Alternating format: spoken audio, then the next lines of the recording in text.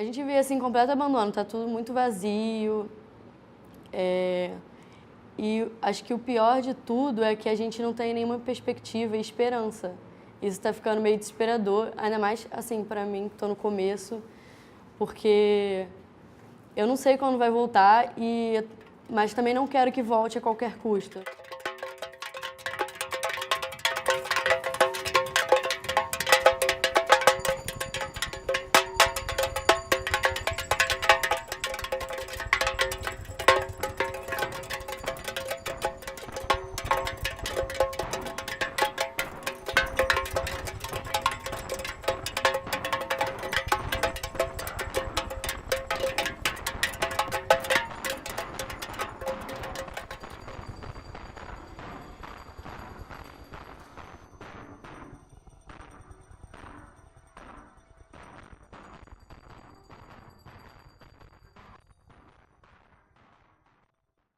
No final de 2015, nós começamos já a entrar sem pagamento.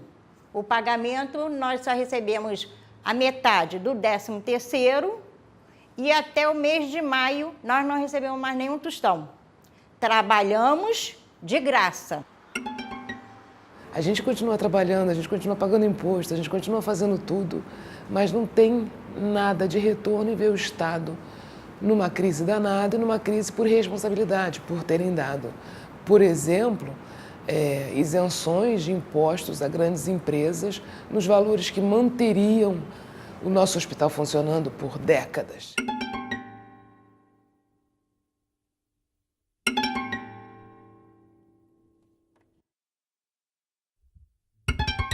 Será que na casa deles, eles estão sem alimentação?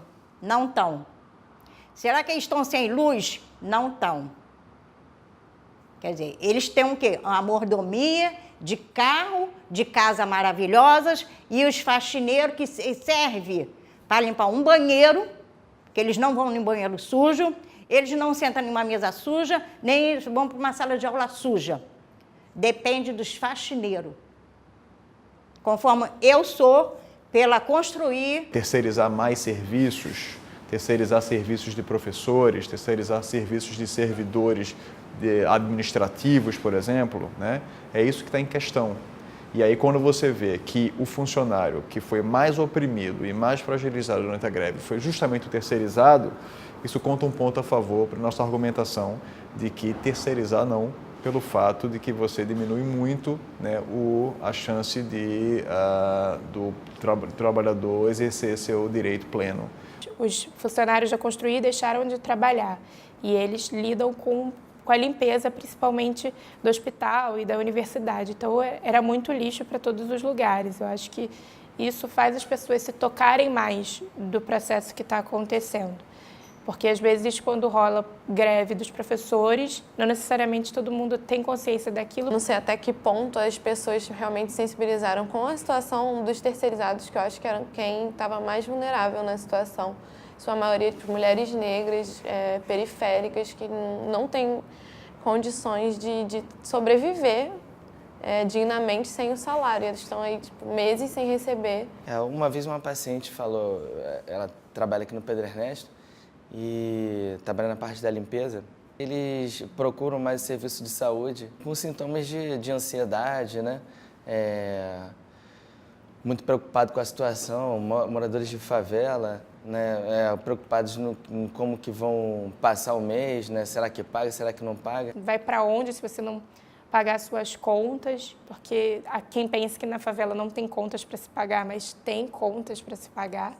Eu moro também em favela, eu sei como é que é. Eu ainda tive ajuda só dos meus filhos.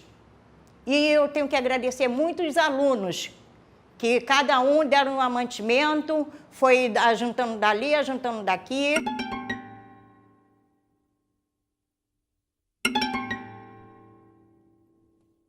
Você vai fazer vaquinha para poder ajudar quem? Quantos? Como é que você define isso? Quem precisa mais? Você vai doar cesta. E as outras coisas que uma cesta não contempla? E a gente acha que é arroz e feijão e é isso, a gente está ajudando. E às vezes uma mulher não tem dinheiro para comprar absorvente. Ela fica entre comprar comida e comprar absorvente. O que você faz? Será que a gente consegue atender? tudo nessa mobilização? Não pode faltar o arroz nem o feijão, porque hoje em dia carne é luxo, come quem tem. Então, é isso que eu tenho que dizer.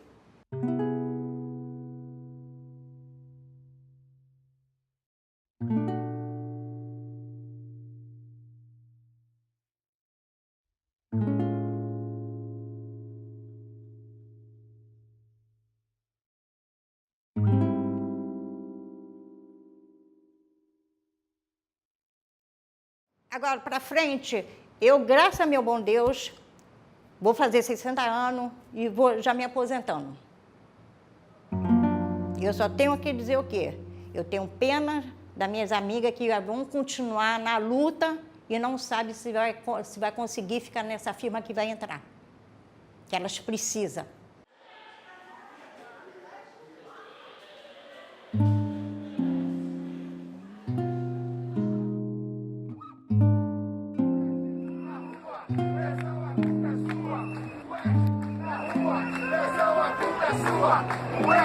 Na rua, pressão, a culpa é sua. E a vai de se entender. Voltar a lutar, pra vencer.